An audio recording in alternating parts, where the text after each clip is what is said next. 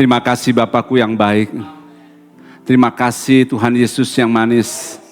Terima kasih Roh Kudus yang selalu setia mendampingi hidup kami. Terima kasih kalau pagi hari ini kami boleh datang dengan satu kerinduan untuk datang memuji, menyembah, meninggikan nama Tuhan Yesus. Ada pengharapan yang besar di dalam Engkau Tuhan. Harapan yang tidak pernah mengecewakan. Karena kami punya Allah yang luar biasa, Allah yang dahsyat. Allah yang selalu menyertai kehidupan kami. Mari Roh Kudus, kami izin Kau berkuasa sepenuhnya atas hidup kami. Khususnya pagi hari ini kami mau belajar sebagian dari firman Tuhan.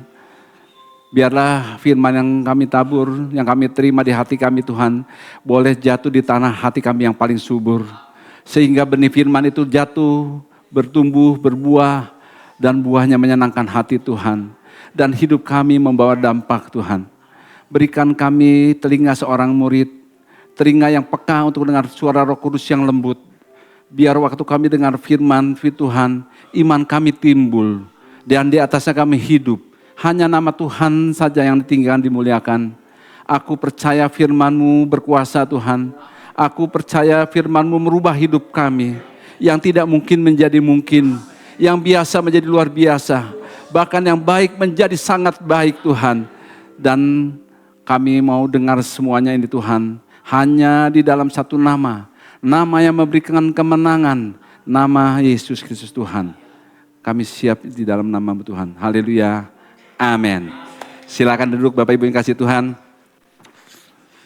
Jadi selamat bertemu kembali. Saya akan melanjutkan pembelajaran firman Tuhan kita bulan lalu mengenai perjanjian ya. Jadi dalam suatu perjanjian, ya arti perjanjian adalah ada satu namanya aturan atau hukum di mana Allah kita yang bekerja, bertindak, menjawab doa, semuanya berdasarkan perjanjian. Jadi saya ulang, ada satu aturan atau hukum di mana Allah kita, Allah yang bekerja, bukan kita ya, Allah yang bekerja, Allah yang bertindak, Allah yang menjawab doa, berdasarkan apa? Berdasarkan perjanjian.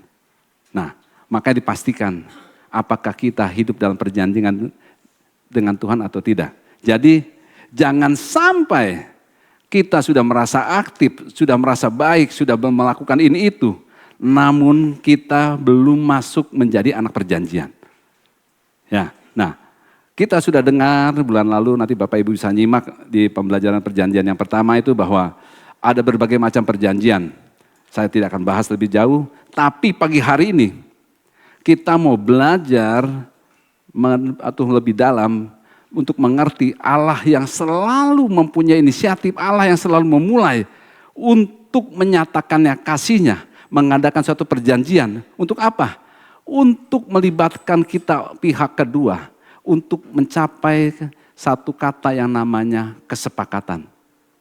Ya, kita ingat kesepakatan selalu didapatkan dalam sebuah yang namanya bahtera perkawinan. Harus ada yang namanya kata sepakat baru bisa naik ke pelaminan. Demikian juga kita dengan Kristus. Kita sedang masuk yang namanya satu perjanjian. Suatu saat kita akan masuk dalam pelaminan perjamuan kudus anak domba. Kita diposisikan sebagai mempelainya Kristus. Wah, luar biasa ya. Jadi kita akan menikmati bagaimana bahwa pentingnya satu kesepakatan perjanjian dengan Kristus. Dan kita tahu di pihak yang pertama adalah Allah yang menginisiatif memulainya. Dan yang pihak kedua pada saat itu adalah Abraham. Sebagai orang yang diajak untuk mencapai satu namanya komitmen kesepakatan. Dan kita bersyukur dalam satu perjanjian selalu ada, kalau seorang notaris, lawyer sangat mengerti hal ini. Bahwa ada isinya, ada tandanya, bagaimana sifat perjanjian itu. Dan siapa yang terlibat di dalamnya. Nah, kita mulai dari yang pertama, saya ulang sedikit. Isi perjanjiannya adalah antara Allah dan Abraham. Di mana Allah bilang, Abraham, kamu keluar dari Ur Kasdim. Aku akan memberikan satu tempat yang namanya tanah perjanjian. dan perjanjian buat kamu. Kamu akan diberkati dan menjadi berkat. Wah, ya luar biasa. Tuhan sudah berjanji. Dan Tuhan bilang, dari pihak kedua perjanjian bilang, dan dari pihakmu dan keturunanmu, kamu harus memegang. Artinya bagian pihak kedua tuh nggak ngapa-ngapain. Hanya menerima, kamu pegang itu. Kamu berkomitmenlah di situ. Semuanya pasti bagus. Aku sudah merancangkan yang terbaik sebagaimana di Yeremia 29 ayat 11. Nah, dari kedua berkat yang Tuhan bilangkan bahwa Abraham akan jadi berkat dan diberkati dan menjadi berkat, itu dibagi dua lagi. Waktu kamu diberkati ada berkat yang namanya berkat nasional, yaitu menerima tanah perjanjian. Secara nasional bangsa Israel harus menempati tanah perjanjian, yaitu tanah Kanaan. Dan berkat secara universal, yaitu berkat rohani, Abraham akan menjadi berkat. Nah, yang kedua kita lihat pada waktu itu tandanya apa? Tanda yang Tuhan buat bahwa setiap anakmu yang laki-laki, tandanya bahwa orang itu masuk perjanjian harus disunat. Enggak ada cara lain. Dan kita sudah mendengar, Tuhan pilih tempat yang paling sensitif, paling penting ya dalam seorang pria. Pada waktu itu perjanjian hanya pada pria. Karena perempuan adalah bagian dari pria pada waktu itu ya. Nah, dan tanda yang paling penting di apa? Di alat kelamin laki-laki. Kenapa di situ? Ternyata kita sudah dengar, di tempat itulah orang di tempat itu merasa penting, harus dijaga, harus demikian kudus. Dan Tuhan bilang, kamu melihat setiap saat kamu ke toilet segala macam, ingat ada perjanjian yang Tuhan buat itu. Kamu jangan main-main bahwa Tuhan mau kamu hidup suci, intimasi, dan kamu bisa menghargai tempat itu adalah tempat yang paling luar biasa yang Tuhan percayakan.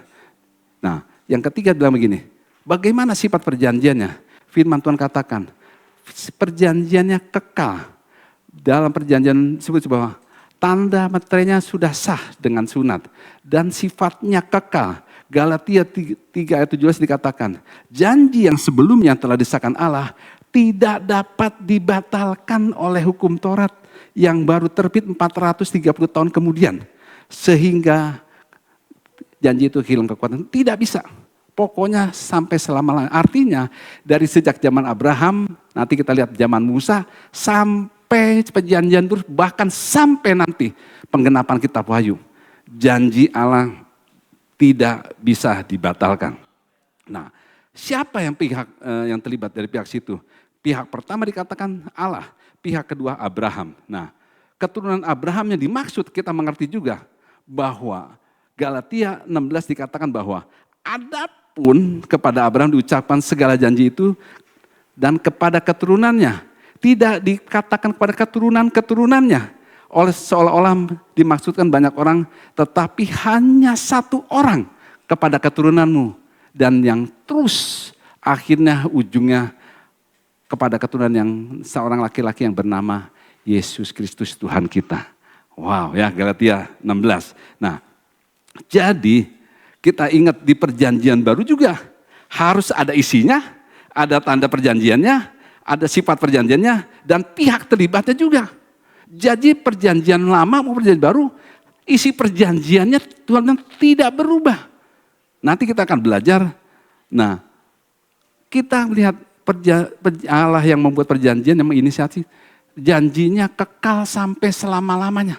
Sampai nanti generasi-generasi, sampai dunia ini akan berakhir.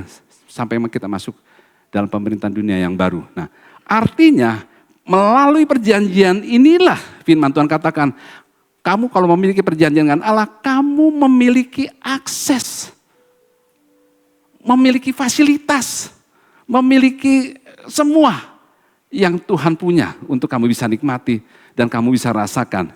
Nah, pertanyaan begini, kalau begitu anak-anak kita masuk enggak? Gimana Bapak Ibu? Tadi ngomong orang dewasa semua nih, anak-anak masuk enggak? Ya, Karena apa?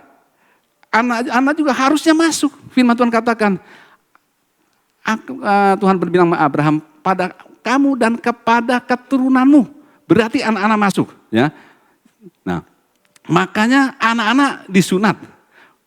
Bulan kemarin saya sampaikan bahwa dia harus disunat hari ke-8. Karena hari pertama sampai hari ke-7, mereka melewati satu hari Sabat. Mereka punya kekuatan untuk menerima. Bu Silvi menambahkan, Pak Iwan, hari ke-8 protombin dibuat. Ya, koagulasi, pembukuan darah secara medis sudah bisa dilakukan. Tapi di Mesir, ya, gereja Mesir, mereka melakukan sunat hari ke-3. Wah, saya nggak tahu. Saya nggak menjelaskan alasannya. Tapi yang kita mau lihat di sini katakan, sunat merupakan menunjukkan mereka masuk dalam perjanjian. Bila mengingkarinya, sanksinya berat. Bulan lalu disinggung juga bahwa satu kali Musa lalai, lupa menyunat anaknya. Lalu karena Tuhan anggap Musa lalai, bangkit seolah-olah di Alkitab bilang Tuhan marah. Bukan marah, karena selalu ada sanksi.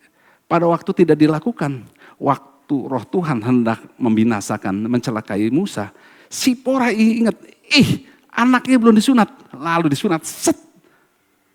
Tuhan gak jadi. Ya, karena tidak melanggar peraturan. Nah, jadi kita akan melihat baik perjanjian lama maupun perjanjian baru yang diselamatkan bukan hanya orang dewasa, tetapi juga anak-anak termasuknya. Nah, tapi sebelum saya masuk babak inti ya, partai utamanya itu perjanjian yang bagian kedua ini, saya mau menggambarkan, coba lihat kita ada satu gambar. Ini saya tiba-tiba lagi duduk, pengen muncul gambar ini. Ya, seperti rusa, seperti apa sih gambarnya pentingnya seperti rusa. Bapak Ibu bayangin, kok rusa seperti rusa merindukan air. Mungkin bayangan kita kalau rusa rindu air, seolah-olah rusa tuh haus. Nggak salah. Ya, di sini dikatakan, penting bagi kita untuk menyerahkan hati kita pada Tuhan. Seperti rusa yang rindu sungai. Ada dua alasan rusa rindu sama sungai. Yang pertama dia haus. Kalau di padang gurun pada musim kering begitu rupa. Di tempat sungai inilah yang terjadi yang namanya kehidupan dipertaruhkan. Dan di situ selalu ada penguasanya. Ya, buaya dan segala macam. Air sedikit, buaya tinggal nunggu akan datang. Tapi rusa tidak mempertimbangkan resiko keselamatan jiwa. Yang penting air aku dapat. Nah, seperti itu rusa haus rindu akan air. Yang kedua, rusa rindu pada air bukan hanya haus. Tapi dia sedang, kalau di padang gurun sedang menghindari yang namanya ancaman bahaya dari kejaran si raja hutan. Satu-satu tempat yang bisa dia selamatkan adalah air. Dia kejar air. Begitu dapat air, jejaknya hilang. Raja hutan gak bisa ngejar. Begitu masuk air, dia tenggelamkan tubuhnya, dia muncul kepalanya, dia langsung berenang. Bapak Ibu, Tuhan mau bilang begini ya, bahwa pada waktu si pemazmur menuliskan hal ini, Daud lagi nonton. Rusa yang seperti inilah yang ada di jiwaku Tuhan. Situasi seperti itu. Kalau kita sebagai anak-anak Tuhan tidak mempunyai sikap lapar dan haus seperti rusa yang rindu. Tadi dikatakan harapanku di dalam-Mu Tuhan. Yesuslah Kau kuatku. Yesus, iya, ada harapan. Waktu kita hidup dan Tuhan, sekalipun dikejar dengan berbagai macam malapetaka, tantang kehidupan, makanya Tuhan mau kita memperbesar kapasitas rohani kita, memperbesar kapasitas batin ini ya kita. Supaya apa? Supaya setiap kejadian, situasi, kondisi yang ada, bukan membuat kita terpuruk, melainkan kita melihat bahwa ada tangan Allah yang kuat. Dan orang-orang yang hidup dalam perjanjian lah yang hanya bisa melihat itu. Ya, oke. Sekarang kita baru masuk perjanjian yang kedua. Tadi dikatakan bahwa bukan orang dewasa saja, tapi anak-anak juga masuk. Saya minta Pak Hatta baca Ulangan 29 ayat 9 sampai 13. Silakan. Ulangan 29 ayat 9 sampai 13. Sebab itu lakukanlah perkataan perjanjian ini dengan setia, supaya kamu beruntung dalam segala yang kamu lakukan. Kamu sekalian pada hari ini berdiri di hadapan Tuhan Allahmu, para kepala sukumu, para tua-tuamu, dan para pengatur pasukanmu, semua laki-laki Israel. Anak-anakmu, perempuan-perempuanmu, dan orang-orang asing dalam perkemahanmu. Bahkan tukang-tukang belah kayu dan tukang-tukang timba air di antaramu. Untuk masuk ke dalam perjanjian Tuhan Allahmu, yakni sumpah janjinya yang diikat Tuhan Allahmu dengan engkau pada hari ini, supaya ia mengangkat engkau sebagai umatnya pada hari ini, dan supaya ia menjadikan Allahmu seperti yang difirmankannya kepadamu dan seperti yang dijanjikannya dengan sumpah kepada nenek moyangmu, yakni kepada Abraham, Ishak, dan Yakub. Ya. Setelah Musa mati, lalu Yesua waktu mendengar deklarasi ini dan akhirnya Musa mati. Yosua mendengar dan hal itu dibacakan kembali, menyampaikan pesan itu lagi. Kita lihat Yosua 8 ayat 35. Ya. Yosua 8 ayat 35. Tidak ada sepatah kata pun dari segala apa yang diperintahkan Musa yang tidak dibacakan oleh Yosua kepada seluruh jemaah Israel dan kepada perempuan-perempuan dan anak-anak dan kepada pendatang yang ikut serta. Nah, Bapak Ibu perhatikan ya. Itu pada seluruh jemaat, kepada perempuan dan anak-anak. Pegang kata-kata itu ya. Kita lihat Yoel 2 ayat 16. Yoel 2 ayat 16. Kumpulkanlah bangsa ini, kuduskanlah jemaah, himpunkanlah orang-orang yang tua, kumpulkanlah anak-anak, bahkan anak-anak yang menyusu. Baiklah pengantin laki-laki keluar dari kamarnya dan pengantin perempuan dari kamar tidurnya. Nah, bahkan di dalam perjanjian baru pun kita tidak menemukan satu ayat pun yang menganulir anak-anak masuk dalam perjanjian. Bahkan kita dapat konfirmasi bahwa anak-anak harus masuk, anak-anak orang percaya ya, anak-anak harus masuk dalam perjanjian itu. Kisah Rasul 2 ayat 39, kita lihat ya. Kisah Rasul 29 ayat 39. Kisah Rasul 2 ayat 39. Sebab bagi kamulah janji itu dan bagi anak-anakmu dan bagi orang yang masih jauh, yaitu sebanyak yang akan dipanggil oleh Tuhan Allah kita. Nah, karena perjanjian Abraham masih berlaku di perjanjian baru dan sudah digenapi, bahkan diperluas dari kepada mereka apa? Orang-orang yang non-Yahudi. Dulu perjanjian antara Allah dan Abraham, luang lingkupnya masih dalam orang-orang Yahudi, bangsa Israel. Ya, setelah perjanjian baru karena karya penebusan Kristus diperluas dan sudah digenapi ya melalui Yesus Kristus. Jadi kita bisa melihat bahwa walaupun sudah diperluas, lalu yang kita tanyakan bagaimana tandanya? Kalau di perjanjian lama kita udah jelas ngerti bahwa tandanya adalah sunat. Nah, di perjanjian lama, ya di perjanjian baru apa?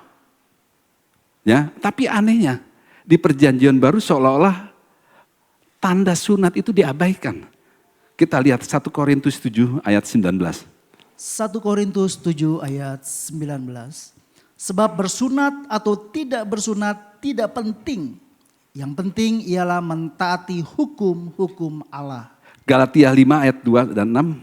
Galatia 5 ayat 2 dan 6. Sesungguhnya aku Paulus berkata kepadamu, jikalau kamu menyunatkan dirimu, Kristus sama sekali tidak akan berguna bagimu.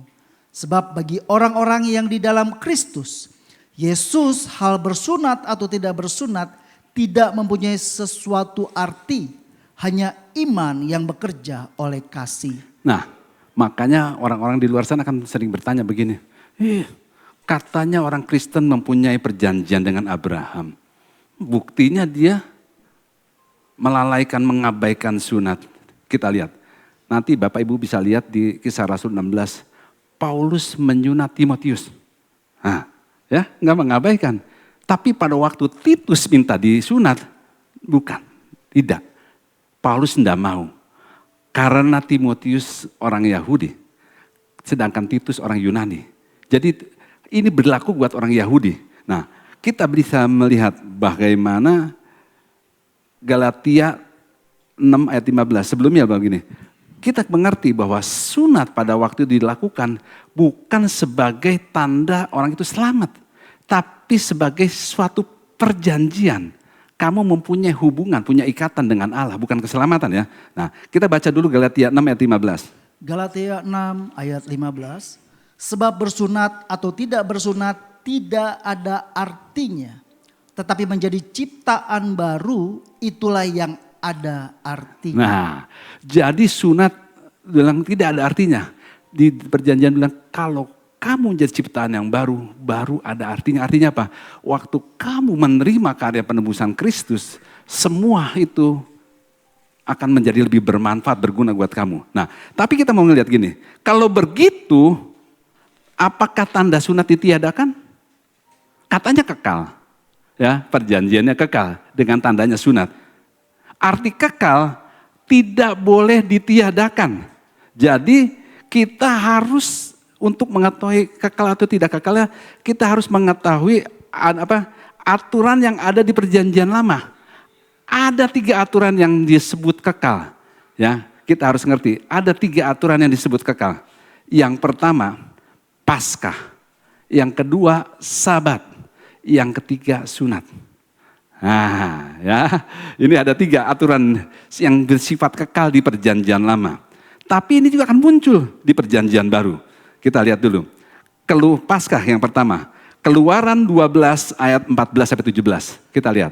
Keluaran 12 ayat 14 sampai 17. Hari ini akan menjadi hari peringatan bagimu. Kamu harus merayakannya sebagai hari raya bagi Tuhan turun-temurun. Kamu harus merayakannya sebagai ketetapan untuk selamanya. Jadi, kamu harus tetap merayakan hari raya makan roti yang tidak beragi. Sebab tepat pada hari ini juga aku membawa pasukan-pasukanmu keluar dari tanah Mesir. Maka haruslah kamu rayakan hari ini turun-temurun. Itulah suatu ketetapan untuk selamanya. Ya, jadi artinya Paskah itu harus dirayakan turun-temurun. Harus sebagai ketetapan untuk selama-lamanya. Karena sekarang kita lihat Sabat. Keluaran 31 ayat 16 sampai 17. Keluaran 31 ayat 16 sampai 17. Maka haruslah orang Israel memelihara hari Sabat dengan merayakan Sabat turun-temurun menjadi perjanjian kekal antara aku dan orang Israel. Maka inilah suatu peringatan untuk selama-lamanya. Sebab 6 hari lamanya Tuhan menjadikan langit dan bumi. Dan pada hari yang ke-7 ia berhenti bekerja untuk beristirahat. Nah, kita lihat yang ketiga, sunat. Kejadian 17 ayat 13. Kejadian 17 ayat 13. Orang yang lahir di rumahmu dan orang yang engkau beli dengan uang harus disunat. Maka dalam dagingmu lah perjanjianku itu menjadi perjanjian yang kekal. Oke, jadi kita akan mulai ya. Jadi pada waktu Paskah kita harus merayakan makan roti tidak beragi. Nah, di perjanjian baru kita lihat Paskah, ya, perjamuan Paskah itu kekal. Tapi di perjanjian baru Yesus juga merayakan Paskah. Dia tapi tidak mengikuti sepenuhnya tradisi Yahudi. Tidak lagi makan daging domba kambing. Tapi apa? Lalu setiap kita minggu pertama, lalu dia mengambil roti, mengucap syukur dan berkata, inilah tubuhku yang dikorbankan bagi kamu. Perbuatlah ini menjadi peringatan akan daku. Lalu Tuhan Yesus mengambil darah dan begini, inilah darahku. Jadi ada tubuh dan darah. Dan ini dikatakan bahwa waktu kita makan tubuh dan darah Kristus, kita makan Paskah Artinya dulu makan dari binatang, hewan, tumbuhan, binatang ya, kambing sama sapi itu, sekarang makan tubuh dan darah Kristus. Artinya mengalami pembaharuan, tapi maknanya tetap sama, kekal. Paskah tidak bisa dibatalkan, tidak ditiadakan, tapi mengalami perluasan, modifikasi lewat dirinya. Dia bilang, aku mengorbankan ini sekali untuk selama-lamanya. Dulu setiap tahun, di perjanjian lama, waktu mereka makan perjamuan Paskah, mereka diingatkan akan dosa. Tapi di perjanjian baru, mereka nggak diingatkan dosa. Karena aku menebus sekali untuk selama-lamanya. Ada pembaharuan, maka tidak lagi makan daging hewan, tapi makan tubuh dan darah Kristus. Masuk perjanjian. Dan maknanya tetap sama. Artinya kekal dan bersifat selama-lamanya. Yang kedua kita lihat, Sabat. Sabat pada waktu itu adalah, artinya Sabat adalah hari Sabtu. Perjanjian lama, ibadah dilakukan hari apa? Hari Sabtu. Nah, namun di perjanjian baru, Sabat tetap ada. Harinya berubah. Ya, jadi Sabtu ke Minggu, makanya kita ibadah hari Minggu. Maknanya tetap sama. Hari Sabat, di hari Minggu lah kita berhenti melakukan segala aktivitas apapun juga. Dan datang beribadah kepada Tuhan. Nah, yang kita lihat sunat. Nah ini, sunat juga bermakna kekal. Sunat dulu alat kelamin laki-laki dipotong. Tempat yang paling intim. Tempat yang paling istimewa. Dan di perjanjian baru, apa tandanya? Harus punya tanda. Karena sifatnya kekal. Kalau tidak ada tandanya, berarti dihilangkan, diabaikan. Tapi harus ada. Kita lihat Kolose 2 ayat 11 sampai 12. Kolose 2 ayat 11 sampai 12. Dalam Dia, kamu telah disunat, bukan dengan sunat yang dilakukan oleh manusia, tetapi dengan sunat Kristus yang terdiri dari penanggalan akan tubuh yang berdosa. Karena dengan Dia kamu dikuburkan dalam baptisan, dan di dalam Dia kamu turut dibangkitkan juga oleh kepercayaanmu kepada kerja kuasa Allah yang telah membangkitkan Dia dari orang mati. Nah, kita baca bersama-sama ayat 12 yang merah saja. Ya, 2, 3. Karena kamu dikuburkan dalam baptisan. Kita baca sama-sama, bukan cuma Hatta. Ya, 2, 3. Karena kamu dikuburkan dalam baptisan. Nah, ya. Jadi di sini kita bisa melihat kalau jadi baptisan Kristus itu sunat, artinya dianggap sunat sebagai sunat rohani. Jadi baptisan Kristus itu dianggap sunat rohani. Perjanjian lama, pemotongan kulit katan adalah perjanjian bagi keturunan jasmani. Kita adalah keturunan rohani, sunatnya juga harus sunat rohani. Saya ulang ya, kalau perjanjian lama, perjanjian Abraham, Musa dan selanjutnya, mereka perjanjian berdasarkan perjanjian jasmani dengan Abraham. Dan mengalami perluasan, kita adalah orang-orang menjadi berkat rohani kan dari mereka. Dan perjanjiannya juga harus perjanjian yang rohani. Sunatnya juga harus rohani. Nah, di sini karena sebagaimana makan Paskah berubah menjadi perjamuan kudus, Sabat hari Sabtu menjadi hari Minggu, sunat diubah menjadi baptisan, dan semua tetap bersifat kekal juga. Nah, maka bagi kita lah, ya bagi kamu dibaptis, kamu disunat, sunat rohani yaitu sunat Kristen. Dengan sunat digantikan baptisan, maka terjadi perluasan. Dulunya sunat hanya untuk laki-laki. Ya, di perjanjian sana sunat untuk laki-laki. Sebagai keturunan Abraham, nah sebagai keturunan Abraham secara rohani, kita masuk perjanjian yang lebih luas, lebih baru. Tanda perjanjiannya adalah baptisan. Baptisan buat siapa? Laki-laki apa? Buat siapa? Laki-laki dan perempuan semua bisa masuk. Ya, kalau dulu hanya laki-laki, tapi Tuhan bilang, kalau kamu perjanjian lama tidak membawa dampak yang segala macam, Tuhan berikan perluasan yang lebih baik. Maka semua yang termasuk dalam anak harus masuk dalam perjanjian, harus dibaptis. Ya. Jadi kalau enggak gimana? Artinya kalau orang tua tidak membaptis anaknya, dia sedang membiarkannya anak-anak hidup di luar perjanjian dengan Allah.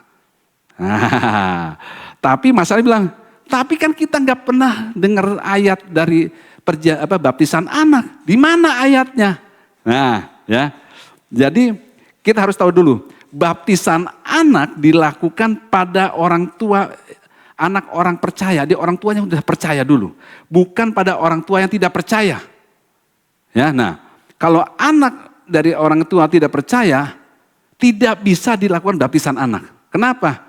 Papa mamanya nggak punya perjanjian, gimana anaknya mau dibaptis gitu loh. Makanya mereka harus menginjak masa dewasa, harus dimuridkan. Baru bilang, baptislah mereka dalam nama Tuhan Yesus Kristus. Nah, sekarang ada nggak ada ayatnya? Tadi saya katakan, ada nggak ayatnya anak-anak dibaptis? Nah, kita tanya dulu sebelum kita jawab itu, kita tanya gini, ada nggak di perjanjian baru perempuan ikut perjamuan kudus ayatnya? Nggak ada. Di perjanjian baru perempuan ikut perjamuan kudus nggak disebutkan di situ, ya. Lalu kenapa perempuan ikut perjamuan kudus? Nah, kita harus ingat, perjamuan kudus atau perjamuan Paskah adalah kelanjutan dari Paskah sebelumnya. Di sini tidak ada catatan perempuan ikut perjamuan, tapi boleh ikut perjamuan. Kenapa? Karena bentuk awal itu perempuan ikut adalah dari Paskah di perjanjian lama. Itu artinya keikutsertaan perempuan dalam perjamuan Paskah bukan berdasarkan dari perjanjian baru, melainkan berdasarkan dari apa? Perjanjian lama. Kalau di perjanjian baru tidak dicatatkan bayi tidak bahwa bayi dibaptis, tidak ada catatannya. Jadi keikutsertaan dibaptis bukan berdasarkan di perjanjian baru, melainkan bentuk awalnya di perjanjian lama adalah dalam bentuk sunat. Susah nggak Bapak Ibu nangkapnya? Jadi karena dulu tuh kamu dan keturunanmu dan anak-anakmu. Jadi sejak awal anak-anak sudah disertakan dalam perjanjian namanya sunat. Demikian juga harusnya kalau dalam sunat, dalam Paskah, dalam Sabat, dalam sunat mengalami pembaharuan, sunat yang harus dulu dalam secara jasmani pemotongan kulit katan di perjanjian dalam baptisan, anak-anak juga harusnya mereka berhak menerima masuk perjanjian dalam bentuk baptisan. Cuma di tempat saya yang lama, dia bilang begini, tapi dia kan belum bertobat. Ya, dia kan belum bertobat. Nah, ya, kita harus tanya itu dulu. Kalau anak-anak belum bahkan kalau belum bertobat, kita lihat di perjanjian baru ada enggak yang mereka yang dibaptis anak-anak? Enggak ada. Mereka yang belum percaya, bertobatlah. Berilah dirimu dibaptis. Artinya mereka sudah dewasa. Abraham pada waktu terima sunat, masih anak-anak udah tua. Udah tua. Kamu dan anak-anakmu, nah dari bapaknya, nah dari situlah kita bisa melihat bahwa Paulus pada saat pola penginjilan di kepala penjara, nah kita lihat dulu. Waktu kepala penjara itu bertobat, dia bilang, apa yang harus aku lakukan? Nah, Kisah Rasul 16 ayat 31. Saya baca aja ya, jawab mereka, percayalah kepada Tuhan Yesus Kristus dan engkau akan selamat, engkau dan seisi rumahmu. Artinya seisi rumahmu, ada anak-anak enggak? Ada yang bilang ada, ya. Dia satu bilang ada, satu bilang enggak ada. Tapi kita lihat ayat 33 dibilang gini. Pada jam itu juga kepala penjara membawa mereka membasuh bilur mereka. Seketika juga ia dan keluarganya memberi diri dibaptis. Artinya kepala penjara sudah dewasa, mereka mendengar firman Tuhan lalu memberi diri dibaptis. Nah, Paulus menghubungkan perjanjian Abraham dengan baptisan. Kita baca coba Galatia 3 ayat 27 sampai 29. Galatia 3 ayat 27 dan 29. Karena kamu semua yang dibaptis dalam Kristus telah mengenakan Kristus, Dalam hal ini tidak ada orang Yahudi, orang Yunani, tidak ada hamba atau orang merdeka, tidak ada orang laki-laki perempuan, karena kamu semua adalah satu di dalam Kristus. Jikalau kamu adalah milik Kristus, maka kamu juga adalah keturunan Abraham dan berhak menerima janji Allah. Wah, ya, artinya apa? Anak-anak pun berhak menerima janji Allah. Nah, ayat 28 dikatakan bahwa Paulus menggunakan pola perjamuan Abraham. Sedangkan di ayat 27 Paulus menyampaikan baptis berkaitan dengan pola Abraham untuk melibatkan anak-anak. Jadi di pola perjanjian baru iman, ada pertobatan, baru baptisan. Ya, bertobatlah, ya, kamu percaya, bertobatlah, baru dibaptis. Tapi di Kisah Rasul 2 ayat 38 dikatakan begini. Jawab Petrus kepada mereka, bertobatlah, hendaklah kamu masing-masing dirimu dibaptis dalam nama Yesus Kristus untuk pengampunan dosamu, maka kamu akan menerima karunia Roh Kudus. Nah, gara-gara ayat inilah anak kecil belum bertobat dan belum percaya dan belum beriman sehingga tidak boleh dibaptis. Dia belum beriman, belum percaya, ya. Sebenarnya saya sendiri setuju dengan ayat ini, setuju. Ya, masalahnya di sini dikatakan bahwa masalahnya kok kenapa ayat ini tidak melibatkan bayi-bayi di dalamnya. Nah, tadi dikatakan pada waktu Abraham menerima janji Allah, tadi saya tanya, apakah sudah sunat? Belum. Berarti Abraham apa? Sudah dewasa, syaratnya iman. Waktu dia beriman kepada Allah, anak-anaknya sudah beriman belum? Belum. Baru imannya si Abraham doang. Abraham saat itu belum punya anak, ya. Nah, melalui iman Abraham dan keturunannya, melalui Ishak, Yakub dan seterusnya, baru diteruskan. Jadi untuk syarat sunat juga saat itu sudah dimasukkan. Nah, dari perjanjian lama ada 2 jenis sunat. Sunat dewasa, Abraham, dan keturunannya sunat anak-anak. Demikian juga kita lihat pola pikir, kalau kita memiliki pola pikir seperti itu, ada sunat dewasa, sunat anak-anak, coba ditampilkan 2 Tesalonika ayat 3 ayat 10. Ya, 2 Tesalonika 3 ayat 10.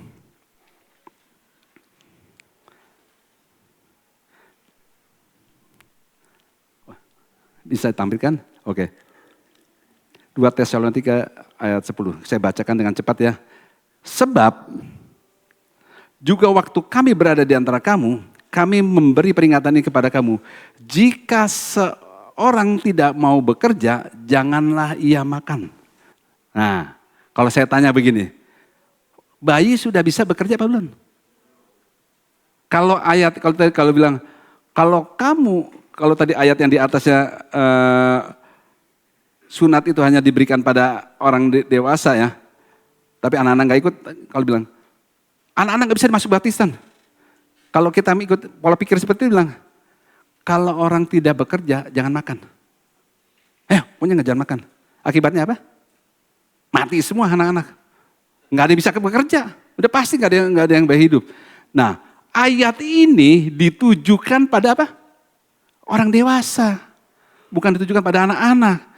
Nah, karena anak-anak belum beriman, maka tanggung jawab orang tualah.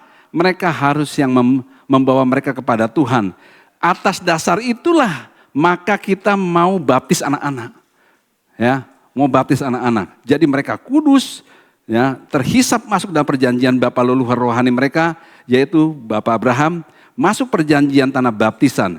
Jadi semua orang tua bertanggung jawab untuk menuntun iman anaknya masuk dalam perjanjian, dalam baptisan. Jadi pertanyaannya nanti Bapak Dolfi, anak-anak boleh dibaptis nggak? Harus, bukannya boleh, harus. Kenapa? Karena kalau kita membuatkan tidak masuk perjanjian. Cuma dalam setiap sinode berbeda-beda. Harus umur segini, enggak. Karena alasan itulah kita mau belajar. Anak-anak harus dibawa masuk dalam perjanjian, yaitu dengan baptisan. Kemarin saya di TIN, saya bilang, kamu harus dibaptis. Kamu masuk perjanjian. Tadi udah bilang, baptisan tandanya adalah tanda masuk perjanjian. Kamu punya akses Kita mau punya akses anak-anak kita mau tunggu nanti udah umur 12. Enggak. Sedini mungkin orang tua percaya, orang tuanya percaya, udah hidup dalam Kristus, orang tuanya, jadi suami istri, bawa anak-anak mereka untuk dibaptis. Nah, lalu mereka nggak ngerti gimana? Nggak masalah. Tadi dikatakan tanggung jawab orang tua untuk mereka dimuridkan. Makanya bilang, baptislah mereka, didiklah mereka, dimuridkan. Nah, saya mau sebagai improvisasi dari semua perjanjian itu, saya akan ngambil kasih satu contoh. Kenapa salah satu tokoh yang terbesar yang kita tahu di Alkitab itu, seperti Daud di 1 Samuel 17. Saya minta ditampilkan 1 Samuel 17. Ini peristiwa yang sangat penting yang bisa digambarkan kenapa orang yang hidup punya perjanjian mempunyai harapan, mempunyai kemampuan, kekuatan seperti yang Allah janjikan. 1 Samuel 17. Nah, di sini dikatakan temanya Goliat menantang tentara Israel. Orang Filistin mengumpulkan tentaranya untuk berperang. Mereka berkumpul di Soko. Tulis ya, di Soko yang di tanah Yehuda dan berkemah antara Soko dan Aseka di Efes-Damin. Wah, ini terus terang saya dapat ini, saya sudah ceritakan berkali-kali, saya dapat ini pada waktu lockdown, pada saat COVID. Saya lagi nanam, karena nggak boleh praktek selama 3 bulan. Saya nanam cabai, saya nanam macam-macam tomat dan segala macam. Kan nggak ngapa-ngapain di rumah, nggak boleh keluar rumah. Di teras di atas saya pakai tanah, udah aduk-aduk segala macam. Tiba-tiba saya diajarkan pengajaran oleh sama si Pastor Wender bilang, ini cerita ini saya udah baca puluhan kali. Dan pada waktu sambil nanam cabai saya diingatkan, ada satu lembah ya berkumpul di Soko. Bapak Ibu tahu artinya Soko? Catat baik-baik. Soko adalah pagar perlindungan. Dan Aseka Efes-Damin itu artinya batas darah. Saat waktu saya lagi nanam gitu saya ingat. Lalu saya ingat bagaimana Ayub 1 ayat 10 dikatakan, bukankah engkau yang membuat pagar sekeliling dia, sekeliling Ayub, dan rumahnya dan segala memilikinya, apa yang dikerjakannya telah kau berkati, dan apa yang dimilikinya makin bertambah di negeri ini. Bapak Ibu, kita jangan heran pada waktu Tuhan membanggakan Ayub. Hei iblis, kamu di mana? Kamu gak lihat hambaku yang paling saleh, paling luar biasa. Adakah orang yang sesaleh dia? Tidak ada. Terus iblis bilang, iya dia saleh, dia baik, dia kau berkati. Karena ada pagar yang melindungi, coba diangkat. Nah, orang menganggap, kok Tuhan mau sih jawab iblis? Kita ingat di Kejadian bagaimana manusia jatuh dalam dosa, menyerahkan otoritasnya kepada iblis. Makanya iblis bisa mendakwa. Iblis kerjanya mendakwa. Dengan kata lain dia bilang, Tuhan, Ayub tuh walaupun diberkati sebenarnya milik aku loh. Ya 1 Korintus 6 ayat 16 bilang, 17 barang siapa, saya lupa pasalnya, barang siapa tunduk mentaati orang yang memerintahkannya, maka kamu jadi hamba orang itu.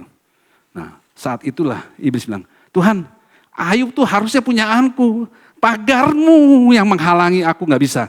Waktu saya baca ini saya bilang, gak mungkin Goliat bisa menantang. Kalau berani maju 1 lawan 1. Kalau Pak Victor sebesar gini, dilawan anak sekolah minggu, mau bertempur. Pak Victor yakin menang gak? Model begini mah, sebentar aja gue injek mental ini gak apa-apa. Tapi pertanyaannya, kenapa Goliat hanya menantang? Kalau berani tunjukkan siapa yang paling hebat, siapa yang jagoannya, ya, nggak ada satupun yang bisa. Dan itu dilakukan berapa lama? 40 hari, makanya dia kurang kerjaan. 40 hari cuma nantang-nantang. Kalau Pak Victor lawan anak sekolah itu, ayo kalau berani. Kalau udah yakin, pasti mati ya. Kenapa dia nggak bisa melakukan hal itu? Ada lembah Soko dan Efes-Damin. ada satu lembah yang membatasi. Goliat nggak bisa ngapa-ngapain. Ada batas darah, pagar pelindungan. Waktu kita menerima Yesus sebagai Tuhan dan Juru Selamat, ada pagar perlindungan, batas darah anak domba yang melindungi kita. Nggak ada satu pun yang bisa menyentuh kita. Luar biasa. Jangan anggap remeh perjamuan kudus. Dan saya bisa melihat bagaimana Allah yang luar biasa, perjanjian lama, perjanjian baru, semua ujung-ujungnya Tuhan menyatakan kasih-Nya lewat karya penebusannya. Pada akhirnya kita bisa melihat firman Tuhan katakan, tidak sekali-kali aku membiarkan kau berjalan sendiri. Aku akan menyertai kamu sampai selama-lamanya. Ingat perjanjian aku buat. Perjanjianku kekal. Dulu, sekarang, sampai selama-lamanya, sampai akan datang. Hiduplah, tetaplah fokus akan pimpinan Tuhan. Dan engkau akan melihat bagaimana semua yang aku janjikan bekerja atas hidupmu. Jangan fokus, jangan melenceng dengan hal-hal yang berikutnya. Sebenarnya saya mau ada pertanyaan berikutnya. Perjanjian yang Tuhan buat mau disimpan di mana? Ya, ada satu judul. Kita lihat di gambar berikutnya. Kita lihat yang namanya masuk. Coba kita lihat gambar slide terus. Ada satu. Nah, ini adalah tabernakel. Di dalam tabernakel ada satu tempat yang namanya bagaimana perjanjian Allah dan Abraham disimpan. Slide satu lagi. Ada di sini. Ada di perjanjian. Dan kita akan dengar bulan depan.